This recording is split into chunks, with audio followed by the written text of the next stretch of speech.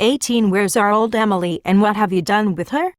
Are you going to the con party later? Carolyn asked, steering the car into the Fields' driveway. Emily ran a comb through her still wet hair. I don't know. Today at practice, she and Ben hadn't said 2 words to each other, so she wasn't exactly sure about going with him. Are you? I don't know. Topher and I might just go to Applebee's instead. Of course Carolyn would have a hard time deciding between a Friday night field party and Applebee's. They slammed the doors of the Volvo and walked up the stone path to the Fields' 30-year-old colonial-style house. It wasn't nearly as big or flashy as most of the houses.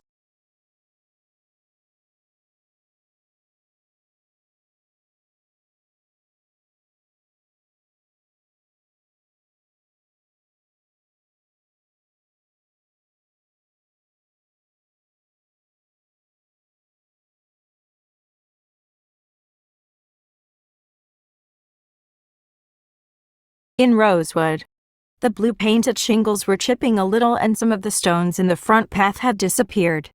The deck furniture looked kind of outdated. Their mother greeted them at the front door, holding the cordless phone. Emily, I need to speak with you. Emily glanced at Carolyn, who ducked her head and ran upstairs. Uh-oh. What's up? Her mom smoothed her hands over her gray pleated slacks. I was on the phone with Coach Lauren. She said your head seems to be somewhere else, not focused on swimming. And you missed practice on Wednesday. Emily swallowed hard. I was tutoring some kids in Spanish, that's what Carolyn told me. So I called Ms. Hernandez. Emily stared down at her green Vans. Ms. Hernandez was the Spanish teacher in charge of tutoring. Don't lie to me, Emily. Mrs. Fields frowned. Where were you? Emily walked into the kitchen and slumped into a chair. Her mom was a rational person. They could discuss this.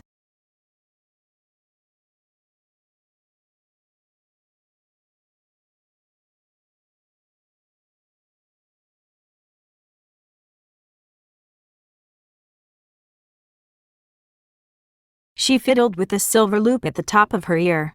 Years ago, Ollie had asked Emily to come to the piercing palace with her when she got her belly button pierced, and they'd ended up getting matching piercings at the top of their ears, too.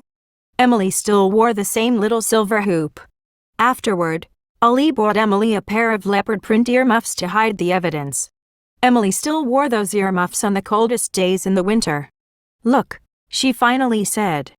I was just hanging out with that new girl, Maya. She's really nice. We are friends. Her mother looked confused. Why didn't you just do something after practice, or on Saturday? I don't see why it's such a big deal, Emily said. I missed one day. I'll swim a double this weekend, I promise. Her mother pursed her thin lips in a straight line and sat down. But Emily, I just don't understand. When you signed up for swimming this year, you made a commitment. You can't go running off with friends if you're supposed to be swimming.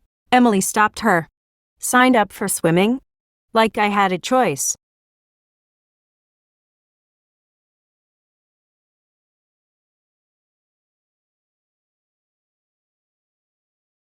What's going on with you? You're using a strange tone of voice. You're lying about where you've been? Her mother shook her head. What's with this lying? You've never lied before, Mom. Emily paused, feeling very tired. She wanted to point out that yes, she had lied, plenty. Even though she'd been the good girl of her 7th grade friends, she'd done all kinds of stuff her mom never knew about. Right after Ollie went missing, Emily worried that Ollie's disappearance was somehow, cosmically, her fault, as punishment, maybe, for how Emily had secretly disobeyed her parents. For getting the piercing. For the Jenna thing. Since then, she'd tried to be perfect, to do everything her parents asked. She'd made herself into this model daughter, inside and out. I'd just like to know what's going on with you, her mother said. Emily laid her hands on the placemat, remembering how she'd become this version of herself that wasn't really her. Ollie wasn't gone because Emily had disobeyed her parents. She realized that now. And the same way she couldn't imagine sitting on Ben's itchy couch, feeling his slimy tongue on her neck, she also couldn't see herself spending the next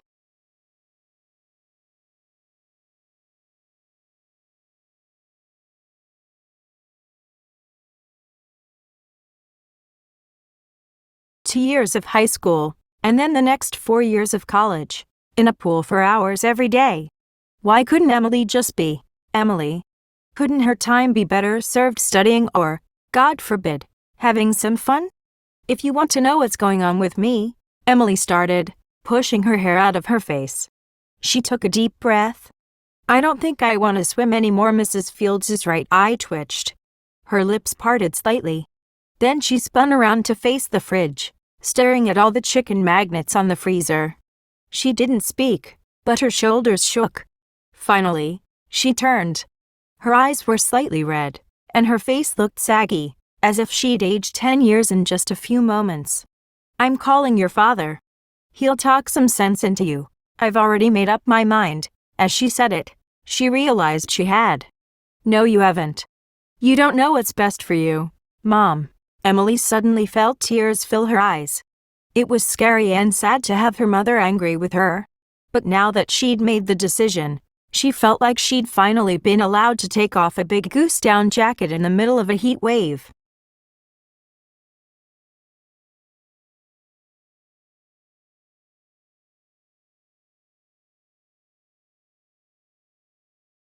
Her mom's mouth trembled. Is it because of that new friend of yours? Emily cringed and wiped her nose. What? Who? Mrs. Fields sighed. That girl who moved into the De Laurentiis house.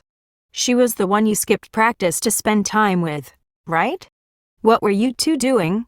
We just went to the trail, Emily whispered. And talked. Her mother looked down. I don't have a good feeling about girls like that. Wait. What? Emily stared at her mother. She knew. But how? Her mom hadn't even met Maya. Unless you could look at her and just know. But Maya's really nice, Emily managed. I forgot to tell you, but she said the brownies were great. She said thank you. Her mother pinched her lips together. I went over there. I was trying to be neighborly. But this is too much. She's not a good influence for you. I don't, please, Emily, her mom interrupted.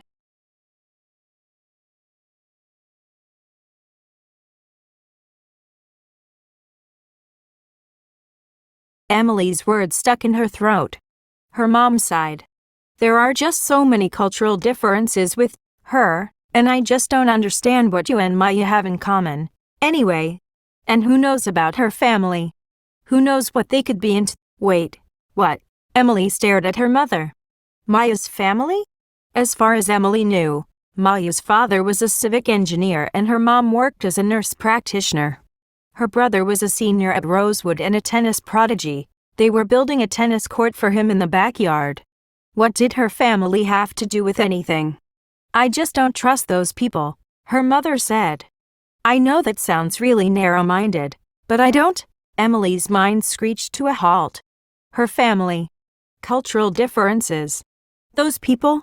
She went over everything her mother just said. Oh, my God. Mrs. Fields wasn't upset because she thought Maya was gay. She was upset because Maya, and the rest of her family, were black.